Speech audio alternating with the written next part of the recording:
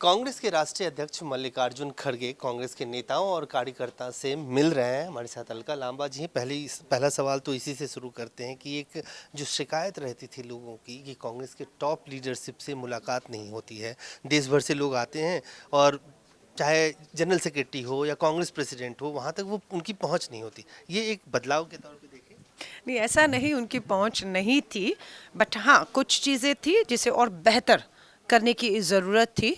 और थोड़ा सुरक्षा कारणों से आप कह सकते हैं, सोनिया गांधी जी की थोड़ी हेल्थ को भी लेकर कह सकते हैं, बहुत से कारण थे।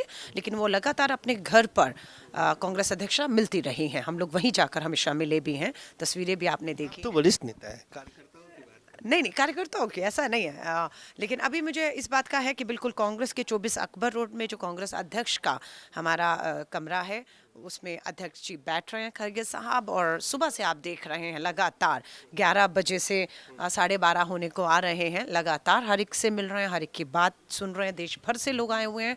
और उसके बाद लगभग 1 बजे के करीब जो है पार्क में जो है देश भर के जो कार्यकर्ता आए हुए हैं उनसे भी संवाद करेंगे। तो बिल्कुल मुझे लगता है ये एक नई ऊर्जा देने का काम जो है पूरे देश की कांग्रेस और उनके कार्यकर्ताओं में करेगा। अलका जी, सवाल चूंकि दिल्ली से है, नगर निगम का चुनाव हो रहा है। हम ये देख रहे हैं कि एक तरफ बीजेपी हो या आम आदमी पार्टी हो, उनके सारे टॉप लीडरशिप नगर निगम के चुनाव में, केजरीवाल, मनीष सिसोदिया, जेपी नड्डा, बीजेपी के राष्ट्रीय अध्यक्ष, राजनाथ सिंह, तमाम मुख्यमंत्री।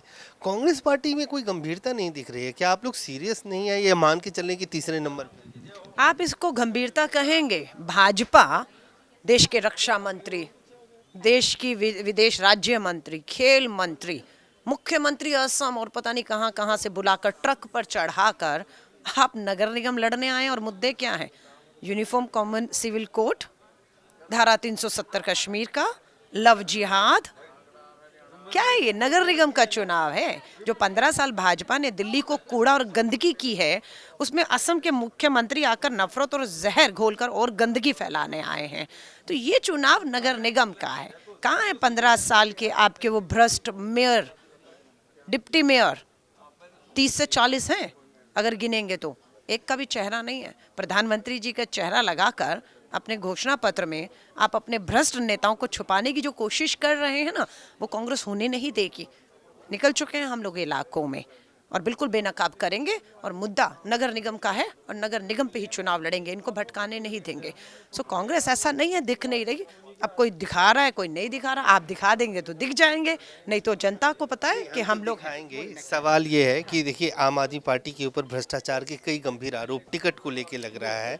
आज फिर बीजेपी की तरफ से प्रेस कॉन्फ्रेंस किया गया जिसमें ये कहा गया कि 5 और लोगों के नाम सामने आए हैं जिनका स्टिंग है, जिन्होंने पैसे लेकर टिकट बेचे। लेकिन अरविंद केजरीवाल ये कह रहे हैं कि ये भ्रष्टाचार का नैरेटिव जनता उसको बाय नहीं कर रही है। जनता तो आम आदमी पार्टी, हाँ कैसे कैसे उसको बाय करेगी? क्योंकि तो केजरीवाल का भ्रष्टाचार है, ये तो ईमानदारी वाला भ्रष्टाचार है।